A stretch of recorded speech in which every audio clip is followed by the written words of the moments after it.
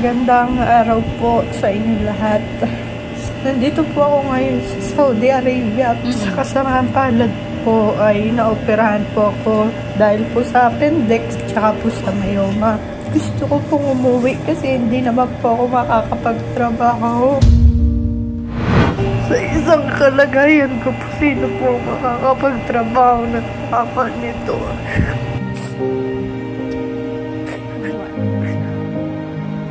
Kailan pa ho ba umalis si Ma'am Jezabel papunta hong Saudi? Mag-5 months na po.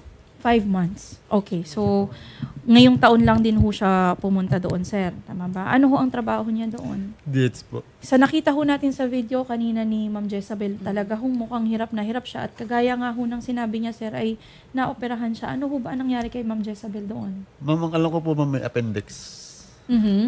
Appendix po, ma'am. Dumami na lang po yung kanyang myoma. Okay. Actually, ma'am, nung una, ma'am, ay nagkameron po siya ng yung dalaw, yung buwan dalaw ng babae. Sumakit, ma'am. Sumakit siya. Magka-video call po kami. Pero tataka po ako sa tagal namin nagsama. Ngayon lang nangyari sa kanya, yun yung ganun sakit. Sabi ko sa kanya, magpadala ka na sa ospital sa amo mo. Opo. Baka ako yun ay yung dati mong sakit.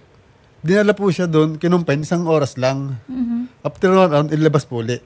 Ano ho ang sabi daw ng doktor? Hindi ko po alam kasi lagi daw po nag-uusap ay yung amo niya at saka yung doktor. Yun, lagi yan magkausap. Tapos po, inilabas siya. Nung gabi naman, sumakit po uli. Sabi ko, ba't nilabas ka?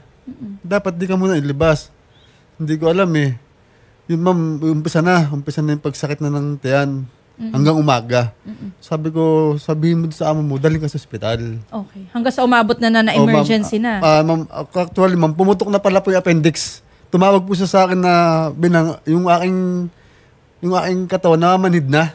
Okay. Namamanhid daw po, ma'am. Di sabi ko, ba't namamanhid dyan kung yun ay sa myoma? Oo. Yung pala ma'am, pagpunta ng ospital, ang sabi nung nurse na Pilipina, pumutok na daw po yung appendix. Buti na lang naagapan. So, appendix ho ang pumutok, Opo, hindi ma'am. ho ovarian cyst. Oo, ma'am. Okay. Bagay nadami na lang po yan.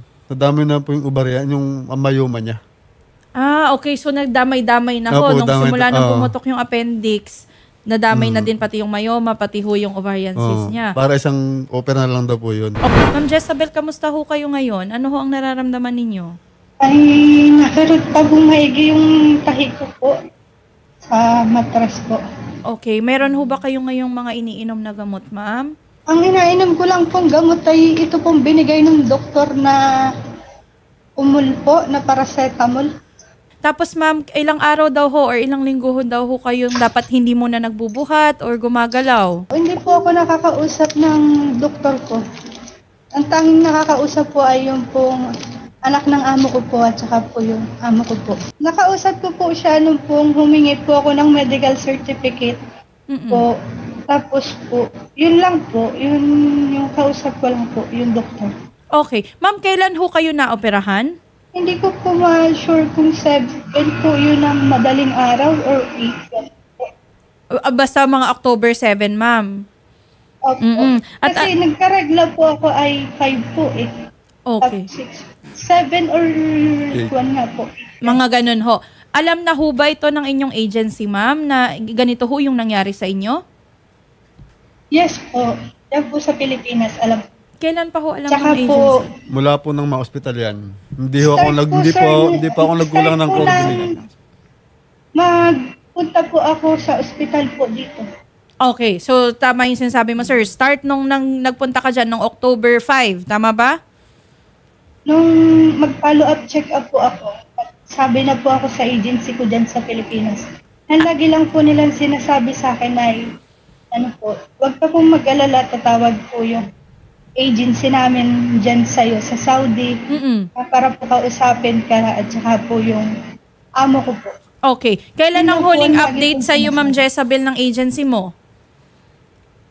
Nung pong last na mag-update po ako ay talaga pong sinabi ko nga po na wala po talaga akong miski panlinis po ng sugat. Yun po yun, parang nung isang araw pa po. Nung isang araw pa. Tapos hanggang ngayon, ma'am, wala silang kahit sino man lang tao na pwedeng papuntahin dyan sa'yo? Wala po. Nagtanong po ako dun sa anak ng amo ko kagabi Wala pong kwan. Ang sabi po sa akin, sila daw po na magkausap. Yun lang po. Yung FRA ba, ma'am, nakakausap niyo po? Kasi sila po yung dapat nakikipag-usap doon sa amo. Hindi po. Wala po. Wala din. Hindi din kayo pinupuntahan man lang dyan. Wala po. May tumawag po nung kung ako'y nakakumpine. Akala ko po ay yung number na tumawag po sa cellphone ko ay yun po yung dito sa Saudi. Yun po pala ay diyan po pala sa Pilipinas. Kayo po ba, Ma'am Jezabel, ay nakakakain naman po? Pinapakain naman kayo na maayos dyan? Napakain naman po ako ng amo ko. Nadalhan po ako dito sa kwarto ko. Pinagtatrabaho pa po ba kayo, ma'am? Or pinagpapahinga naman kayo? Hindi po nila ako mapursige ngang magtrabaho kasi po kita naman po talaga ng amo ko na malaki po yung sugat ko. Yung pinantay ko po. So sa ngayon, Ma'am Jezabel, wala naman ho kayong, kumbaga, mas iniindang sakit. Hindi naman po mas lalong sumakit pa yung nararamdaman ninyo. Ano po ay, hindi po ako makatulog sa gabi. Gawa nga po ng akin. Nakakatulog po ako ay alas 3 na po. Dahil sa sakit? Nagising po ako. Nagising po ako ng alas 6 ng umaga. Tapos po sa ganitong oras pong maghapon, ano po ay, ano na lang po ako ay, idlip po. Wala po yung natural na tulog. Opo.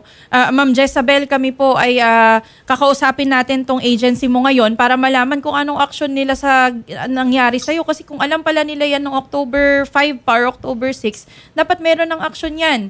Ano ho ang masasabi nyo dito, Ma'am Erlinda? Noong October 5 or October 6 pa daw ho nasabi sa inyo na na-hospital itong OFW natin.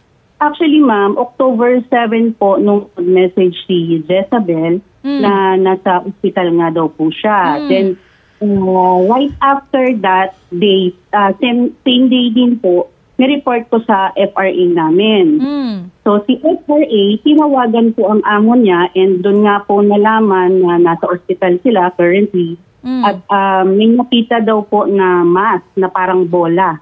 Pero ang sabi naman ng employer, ipoprovide daw po lahat ng mga medical records sa FRA once done na. So, waiting po kami ngayon as of now kasi Saturday lang din po siya na-discharge.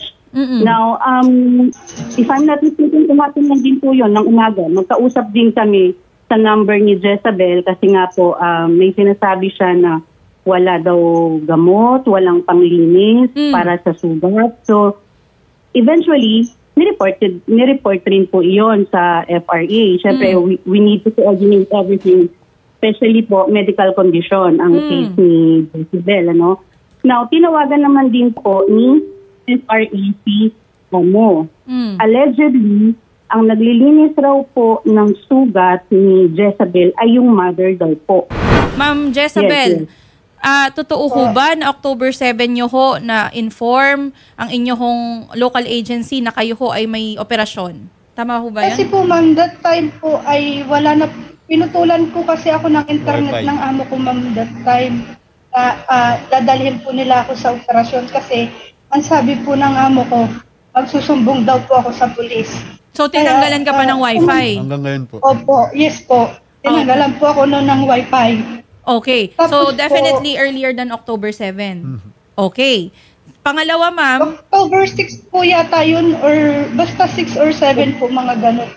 Yung basta nang dinadala na po nila ako sa ospital. Okay po. Pangalawa, ma'am, totoo po ba na nililinisan daw po ang sugat ninyo nung nanay daw Hindi po?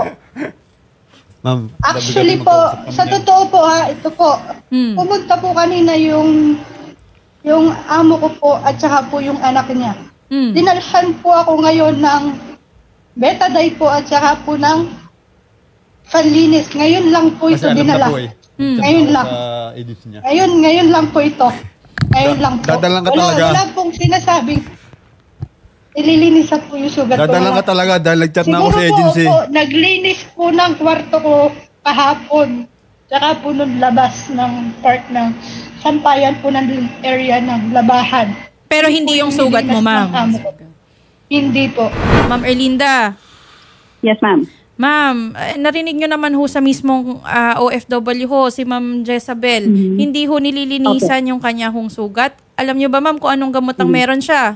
Ang sabi niya po, may binigay siya na picture na paracetamol at saka mga vitamins daw po. Nararapat ho ba, ma'am, sa tingin ninyo na paracetamol ho ang iniinom niya? Coordinated naman po ito sa FRA namin to verify. Kaya nga po lahat yan, hinihingi namin ng records kasi kung may reseta ang doktor, definitely may iniinom po siyang gamot. Yes, so, ma'am. yun po ang hinihintay din namin. Oo, pero but the point is... niya na walang gamot at yung sa panglinis, kaya pino-ordinate po kaagad yan kahapon din. Yes, ma'am. But the point is, most of the time, Ma'am Erlinda, ang FRA ho ay hindi rin ho magsasabi sa inyo 100% ng katotohanan, ma'am. At yan po ay based din ho sa aming experience. Dahil syempre, poprotektahan din nila yung sarili nila at kung ano ho yung ginagawa nila doon, hindi po ba?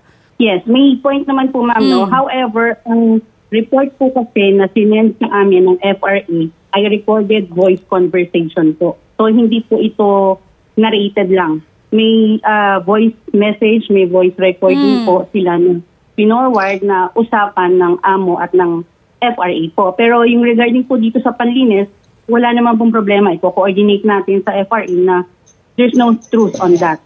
Oo, kasi ma'am. siyempre, may part din siyempre ng employer na expect din po natin na puprotektahan nila ang sarili nila. That's why we have to be in the middle part lang po. Ma'am, ang point po dito, you have a deployed OFW in a faraway land na sa KSA ho who has undergone an operation. At hindi ho ito basta-bastang operasyon. Ang operasyon ho niya, marami hong tinanggal sa kanya, apektado ang appendix niya, apektado ang kanyang ovaryo, etc. etc. Hindi ho yan birong operasyon. At para ho marinig, maski ho nung kanya hong asawa at maski naririnig ho natin ngayon si ma'am dito, na paracetamol lang ang pinapainom sa kanya at hindi nalilinisan yung kanya hong sugat, talaga naman hong, I think, dapat trabaho nyo ho yun, hindi ho ba? Dapat ho na-check natin agad. Kung coordinated to since October 7, it's already October 15. One week na ho.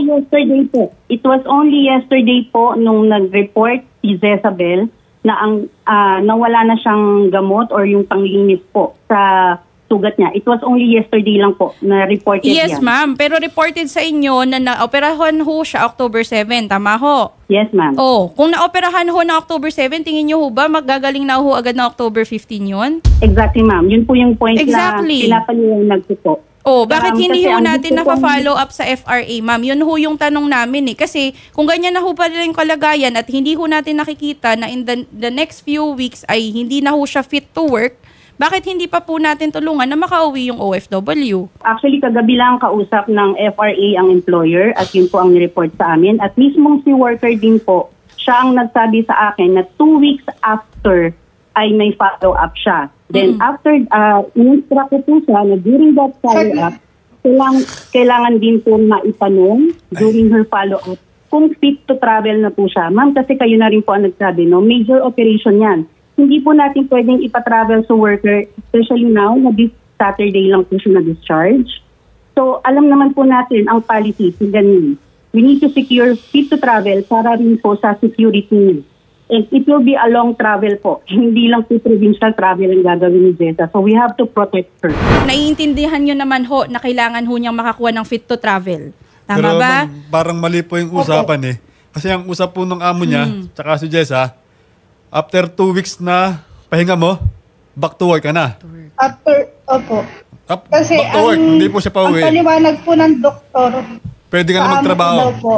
Pwede na po akong bumalik sa pagtatrabaho. After 2 weeks na pahinga. 2 linggo. Ma'am Erlinda, alam niyo po ba yon? To clarify, ma'am, wala pong nireport si Jessa sa akin na gano'n. Ma'am. Wala pong nireport na gano'n. Ma'am. Kasi kung Ma'am, pakinggan niyo po ako, ma'am. Nag-chat pa ako sa inyo kagabi ni Sir JR. Kaya ako kanina, madaling araw po. Ma'am, kagabi po yun. Ang sabi ko po sa inyo, pakiyasikaso po si Jess, alam niyo pa ba kung bakit? Kasi sa sobrang sakit po ng tiyan niya, gusto niya magpakamatay niyan. Nalos di ako makatulog magdamag.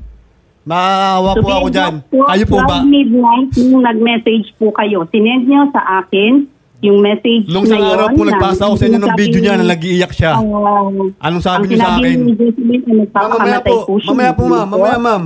Anong sabi niyo sa laging niyo pinamumukha sa akin, ba't di pa magpasalamat sa employer na inoperahan yan? Ma'am, pagpapasalamat, nandun na lang po, ma'am. Papasalamat po kami sa employer niya, pinoperahan yan. Ang sa amin lang po, ma'am, ibigay po yung tamang gamot. At totoo lang po, ma'am, dahil nag-isa po sa Saudi yan. Wala pong At katulong may niya, kundi reseta sarili po lang niya. yung mga gamot na yun. Kulang po kayo, kulang po, ma'am, kayo sa Ang follow-up. reseta po nanggagaling sa doktor, hindi naman po sa atin na common na tao lang. Kagaya po nung napaliwanag ko sa inyo, hindi po ilalabas ng ospital yan si Jezabel kung wala pong clearance, kung walang mga gamot na... Ganang kahaba ma'am masugat? Ganda na lang, Ma'am Erlinda. Ma'am, I think sa amin ho, no, base ho sa narinig namin sa inyo, pati na rin ho sa narinig namin dito kay Ma'am Jezabel mismo, hindi na ho kay Sir Ezekiel, mismo yung OFW ho. I think dapat ho, tutukan natin yung paggaling ho ni Ma'am Jezabel. Kasi kung binibigyan nga lang naman siya ng paracetamol, hindi nalilinisan yung sugat niya, what's the point? Hindi ba? Parang ipinalabas nga siya, tas after 2 weeks, pagtatrabahuhin din siya, bakit hindi na lang siya pinagtrabaho habang inoperahan siya, hindi ba? Ang sa amin ho dito, sana there is a sense of urgency and sana ho nagkakaroon ho din tayo ng kahit kaunting care doon ho sa ating mga OFWs kasi hindi naman ho yan parang ipinamigay nyo lang na pusa. Dapat ho yan, inaalagaan natin. Kasi kayo din ho ang tatakbuhan nila at kayo din ho ang may responsibilidad sa kanila once na nasa ibang bansa sila. Hindi po ba? Yes, ma'am. Actually, alam po ni Jessa yan. Ilang beses ko na po siyang tinawagan mula po nung nag-report siya na ganyan ang condition niya. Saglit alam po, parang sa pagkakaalala ko po, 2 beses lang po kayong tumawag sa cellphone ko. Nung pong nasa loob ako ng ospital at nito pong makalabas ako, nung pong isang gabi, tumawag kayo. Okay. To clarify, una, sa messenger tayo magkausap. Pangalawa, tinawagan kita sa number mo. And then kahapon ng umaga, magkausap din tayo sa number mo na ang sabi mo nga ay wala kang kahit pang limit. Ang pagkakaalam ko po ay may tumawag po sa akin na number. 2 beses nga po yun. Yun po yung dyan sa Pilipinas. Ako po yung number na yun. Ako po yung number na yun. At alam mo po yan kahapon. Na-clarify mo na po yan. Kaya nga, diba? Ma'am Erlinda. Yes, Ma'am Erlinda, wag na po tayo makipag-away doon sa OFW kasi siya po yung may nararanasan ngayon na sakit. Sige, ganito na lang, Ma'am Erlinda. Ano ho ang magagawa ng Legacy Human Resources sa ngayon para ho agad na mabigyan ho ng medical attention si Ma'am Jezabel? Kasi kagaya nga ho ng sinabi ninyo, kailangan ho na hintayin na siya ho ay fit to travel. So ano ho yung magagawa natin para kontakin agad yung FRA at mabigyan ho ng tamang gamot, hindi lang paracetamol at gasa itong si Ma'am Jezabel? So we have to coordinate this sa FRA namin kung ano po yung base sa usapan natin. And we need proof na talagang supported by full medicine ito si worker. Now, we will require our FRA ng proof like kung may reseta yan or kung anong edible proof na pwedeng ma-provide nila sa amin na talagang binigyan na ng gamot. Magandang hapon po, Attorney Sherilyn. Magandang hapon, Attorney Pao. Ano ho ang masasabi niyo, Attorney Malonzo? The welfare officer ng PRA, do not argue with the OFW po. Welfare officer po kayo, dapat po, dapat sa kinokontak niyo OFW din po Diba? Correct. Alam niyo naman, nakikita niyo talaga yung Jezabel, tapos ganyan kayo. Sinasabi na po ng si Jezabel na wala siyang gamot. So, bakit kailangan niyo pa ng proof? Siya na po yung nagsasabi. So, ngayon, ang masasabi ko na Attorney Pao, to the PRA, kasi kausap rin naman namin sila kanina. Yes po. So, pero ito lang kasi na gusto niya pakisipag-argue niya, lalo kung mabibigat si Jezabel niya Huwag pong ganon, ha? Huwag pong ganon, kasi trabaho niya po yan, welfare officer nga kayo So, pangalawa po, kung tingin po kasi natin na obligating employer na maglinis ng sugat ni Jezabel. Kung ganon po, padala po kayo ng somebody from FRA kung i-allow po na employer na maganda pa upakasugod sa bahay nila or i-pull out mo muna kung hindi na magkakagin ng Jezabel. Para masigurado po na may magbibibis po ng kanyang sugat. Now, on the part of OWA po, kami po ay nakamonitor na alam niyo po yan. Dahil kayo itinawagan na namin, nindorsory namin po sa aming welfare officer. At kami ay papatawagan po namin sa SRA, yung Foreign Reserve Recruitment Agency to ensure po na gagawin na po yung mga trabaho nyo, Pangalawa po, have empathy po. So, nangangailangan po yung kababayan natin, i-forward niyo po, maanak niyo yan, o kamag-anak nyo, Ilagay niyo po yung sarili nyo kung kayo po yung na-opera sa appendicitis. Tapos walang palinya. So, wag po kayo magpag-argue, gawin niyo po yung trabaho nyo. At yung uwa po ay nandito, Attorney Pao, to monitor, and we will also ensure po that the FRA po or itong PRA will comply with their obligation po. Jezabel, pagaling ka ha. At ang OWA naman ang task na dito. Nakakadagdag po kayo sa present. Tulungan niyo po. Tama ho, Kami tama ho. po ay natin pag-BSW nandiyan din. Kung gusto gagawin sa baho niyo, alam niyo magiging legal consequences. Opo. Attorney Malonzo, siguro... Hindi nga dapat masama ng awa eh. Yes. Attorney Malonzo, para may idea ho itong si Sir Ezekiel at si Ma'am Jezabel, kung sakali ho na magpatuloy na ganito at hindi ho ma-actionan yung kanilang reklamo, ano ho ang kinahaharap na penalty nitong Legacy Human Resources International, ma'am? Possible reprimandal suspension, depende po kung pwede to monitor lang. Okay. Pero kung merong negligence at tumala po yung sakit po ng ating OFW, alam naman nila yung solidary liability nila. Okay. So kung ganun po kasi, it may fall to more serious offense, no? Yes. So yun, kaya rest assured, Jezabel and Ezekiel, no? So kasi kanina pa ako nasubaybay nun, hihigil ako, pasensya ka lang, Attorney Palma. Same, Attorney Malonzo. Pero magwala po namin yung trabaho din namin. At yan ho, ang hiling sana namin, kagaya ho ng ating OWA, aksyonan sana agad. Trabaho nila yan eh, trabaho din ng agency yan. At maraming salamat, Attorney Sherilyn Malonzo, sa pag-aasikaso ho nito agad-agad at pag-assist ho sa amin dito at sa kababayan nating si Jezabel na nasa mapakalayong lugar ho, nasa KSA pa siya. Wala ho siyang kasama doon. At maraming salamat ho, ma'am. Welcome po, Attorney Pao. Jezabel, pagaling ka, ha? Erlinda, yun ho, narinig nyo naman ho at kami ho ay hindi ho namin papabayaan si Ma'am Jezabel. Magpa-follow up din kami sa inyo, ma'am, within the day. At sana ho maintindihan nyo. Nakikiusap na ho rin kami na sana ho ay ma-aksyonan nyo ho agad itong nangyayari ho kay Ma'am Jezabel. Yes, ma'am. Iko-coordinate po namin sa FRA namin. Sige po. Maraming salamat po, Ma'am Erlinda Fernandez. Siya po ang Welfare Officer ng ating Legacy Human Resources International Incorporated. Rest assured, sir, gagawin ho namin lahat ng aming makakaya. Ang party list na masasandalan. Axia yes! Number 68 sa balota.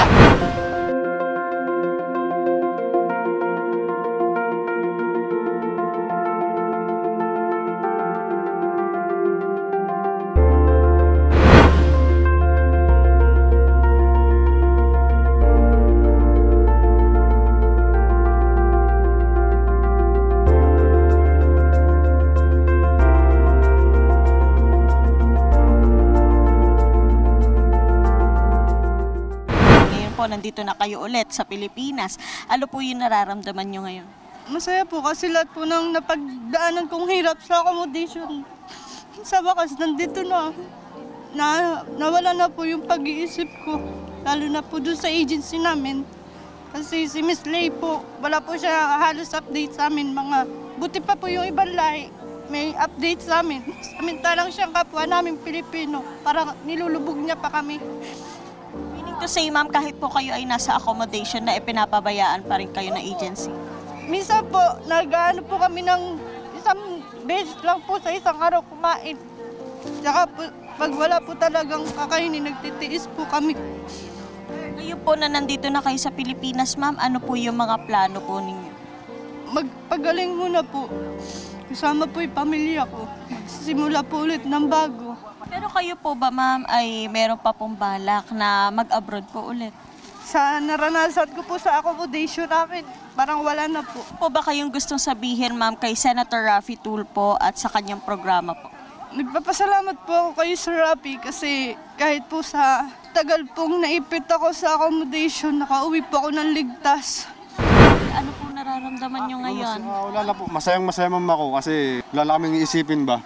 Kasi ma'am, napatigil din ako sa trabaho kasi hindi ako makapagmaneho ng maayos. Ano po ang gusto niyo sabihin po kay Senator Raffy Tulfo? Maraming salamat po, Sen.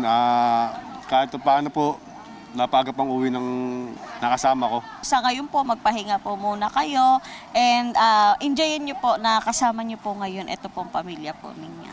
Salamat Okay. po. Salamat.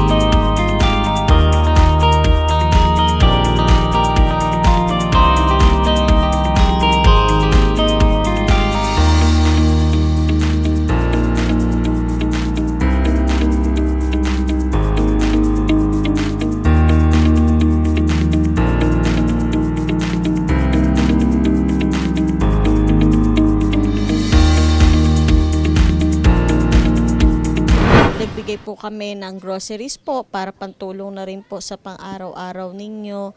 At sana po ito pong groceries na ibinigay po namin sa inyo ay makatulong po.